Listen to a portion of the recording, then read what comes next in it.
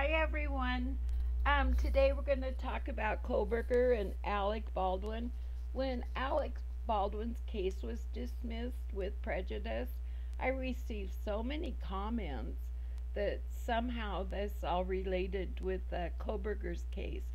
And I do have a few thoughts on that, but before we get started, I just want to say I know nothing. I'm just a blank slate, empty head. If you're curious about anything, or if you want to know something, I really encourage you to do your own research. That's exactly what I do.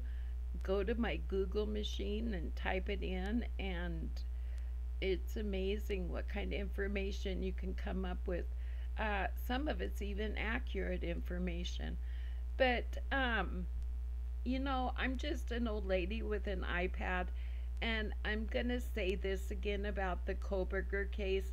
It happened 27 miles from my home at the University of Idaho. Both of my girls graduated from that school. They had been friends since fifth grade. We were neighbors, not next door, but we all lived in the same neighborhood, and they just became attached at the hip. They From like the fourth, fifth grade on, when we went on family vacations, Ashley came with us. My daughter went with them on their vacations. So it was a give and take. Her dad was a single dad at the time, so she came home with us after school, and then he did remarry and had another family, but we just, 30 years later, we're still friends. And my girls are still, I call them my girls, even though I've only gave birth to one of them.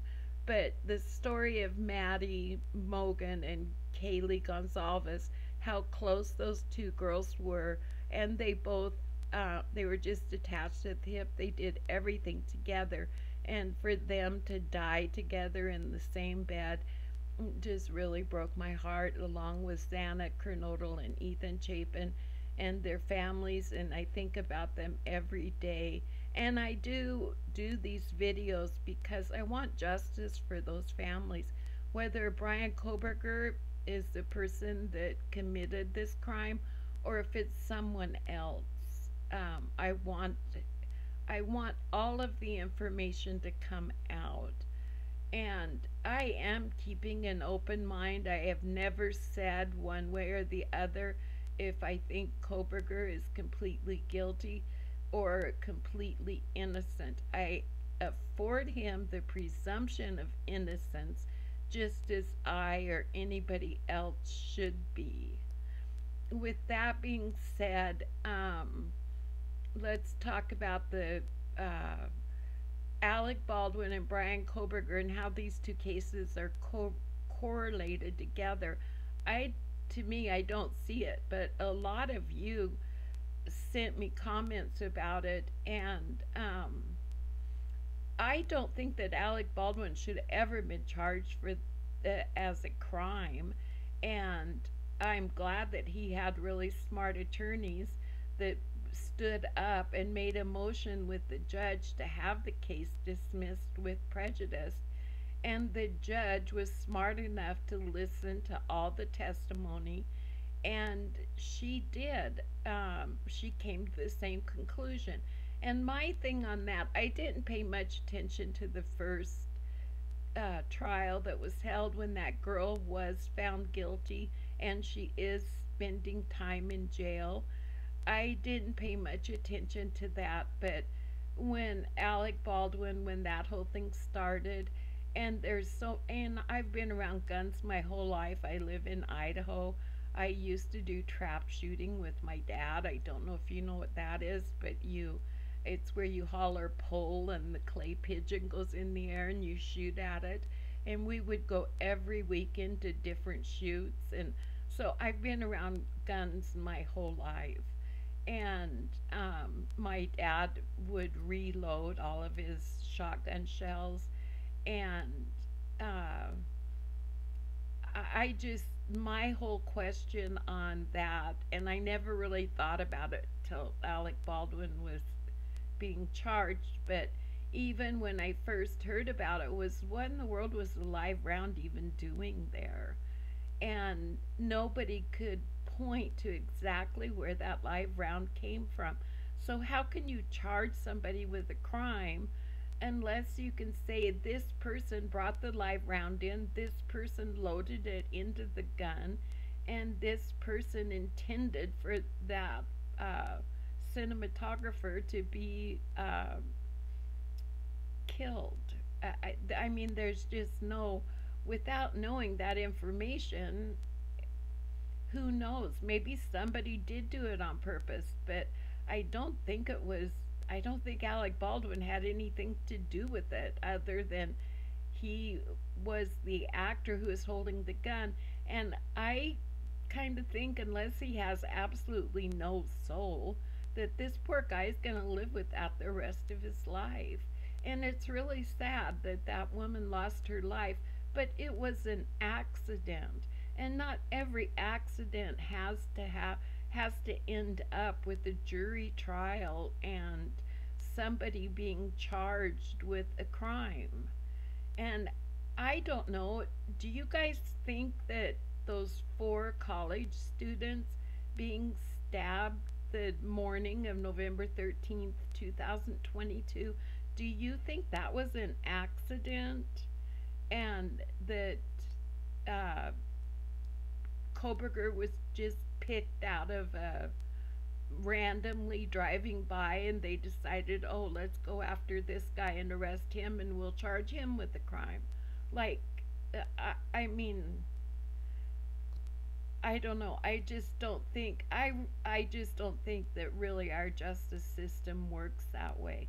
I know there's a lot of mistakes and all of that, but I remember when this happened, it's so close to my home. The Moscow Police Department, the first thing they did is put a shelter in place. And then the University of Idaho followed along. They had a curfew, and the Moscow police were asking for the public's help. They did not know, there was no apparent motive, there was no apparent person of interest. It was just really a like who done it type of a thing. And they did put that call out for the public's help.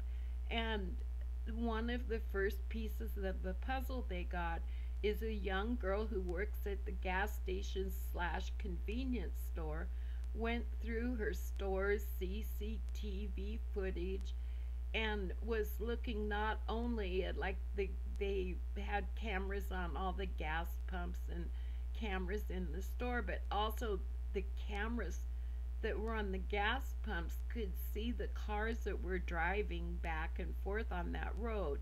And she noticed a white car that had gone by, I believe, 3 times and then went speeding past really fast. So she called the police department. They came and looked. They didn't know if it meant anything, but they went ahead and took the footage, and that car did not have a front license plate.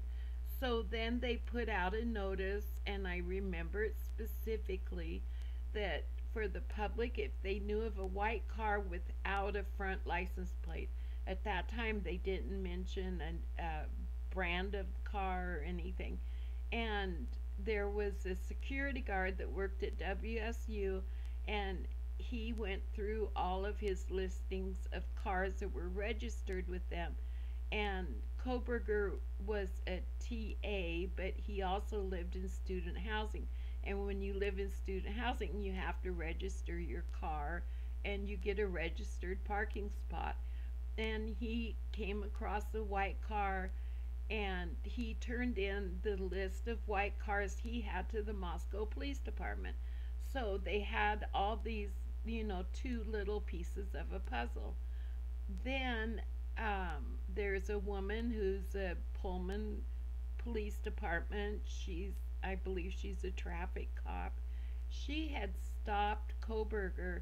He was in the middle of an intersection trying to make a turn, or I'm not sure, but she was giving him a warning, and she did not ticket him, she just gave him a warning.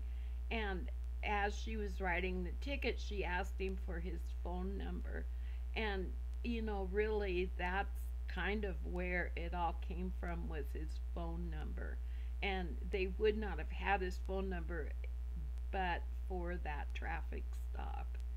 So when she went to the Pullman Police Department, and she remembers stopping this guy in the white Hyundai, and he had no front license plate, and she was wearing a body cam, and they had talked about that, and he said in Pennsylvania you're not required to have that front license plate, and she said, well, in Washington you are required, and whatever. They had a whole conversation about it.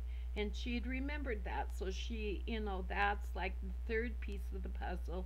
And once they had the phone number, then they could go to AT&T and just get a cursory list, phone records, nothing deep or, too detailed, but just like the phone pings. And from that record, then they saw that the phone that was attached with that car had pinged at the King Roadhouse several times, and that's what got them looking at Brian Kohberger as a person of interest. And from then on, the rest of the story. And I think when they stopped him in Indiana, they wanted to make sure, because even like when they have a tap on a phone line, they may have a warrant and everything's good, but if, let's say that they have a record of somebody talking on the telephone and they're giving information that they want to use in court, they have to also prove that at that time that person was on the phone. So I think those Indiana stops were more of making sure that Kohberger, the car, and the phone were all part of one person. That's just me. I have no idea if that's true or not, but that's just my thinking on it. But the other thing, going back to the Alec Baldwin thing and the accident, I don't think those 4 college students being stabbed that night was an accident. I think whoever went there to do it had planned that at least one person was going to be stabbed. I don't know that all 4 were, but at least one was. And I just don't think it's even remotely close to the same thing. The same as I have had a lot of comments about Karen Reed, and she's the young woman in Massachusetts who she definitely was framed by the police department. Her boyfriend worked for the Boston Police Department. They'd been out drinking. They went to an after party at a cop's house. She didn't want to go in. She went ahead and went home. And the next morning, he was found dead in the front yard of this cop's house. And he had what was obvious dog bites on him, which this cop had a German Shepherd that they rehomed within like a day or two. And the other thing, that's one of those things you just knew from the beginning. There's something really fishy going on. If I woke up one morning and there's somebody dead in my front yard, I think I might step outside just to see what's going on. But this guy, who was a Canton police officer, did not leave his house. And anyway, that ended up in a hung jury. There's another hearing to decide if they're going to go forward and still prosecute her and charge her again. And it's just become like a real circus. And again, I don't think that this case correlates with Kohberger's case.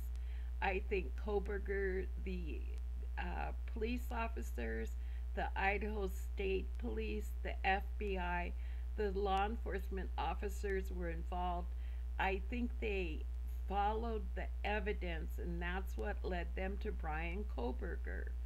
And again, I give him the presumption of innocence, and I will wait for all of the evidence to come out.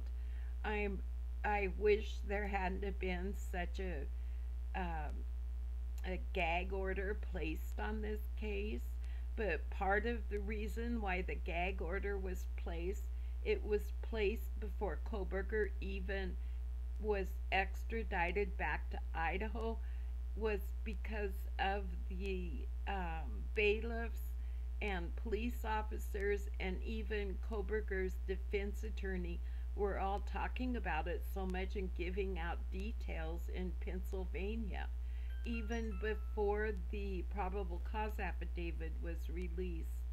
And they had put the gag order, and then yeah, the prosecutor from Latah County was kind of wasn't kind of, he was a big ass when he said, you know, here's the probable cause affidavit, have, you know, let read it and spread it around, which what he did there was kind of stupid, which I've said before, he's not likable at all. I don't like him, and I think if you're going to be a prosecutor, you'd want to be likable, but I really don't like him. I don't like Ann Taylor either, but that's a whole different story. Anyway, I love your guys' comments. Please continue to leave me comments. I've learned a lot. You've given me a lot to think about. You've given me a lot of different things to look up. And I hope that you would subscribe to my channel. I would love it, and give it a thumbs up. I appreciate all of my new subscribers. um, just like every every day, it's like 2 or 3 more are subscribing, and I appreciate that. I'm not in a big hurry to get a huge amount of subscribers. I just appreciate each and every one of you, and I look forward to getting to know you. When I had my channel before, I knew all of my subscribers, not all of them, but you know, I like having a conversation and the back and forth. And like I said, even if I don't agree with you, I will never delete the comments that you leave. So let her rip.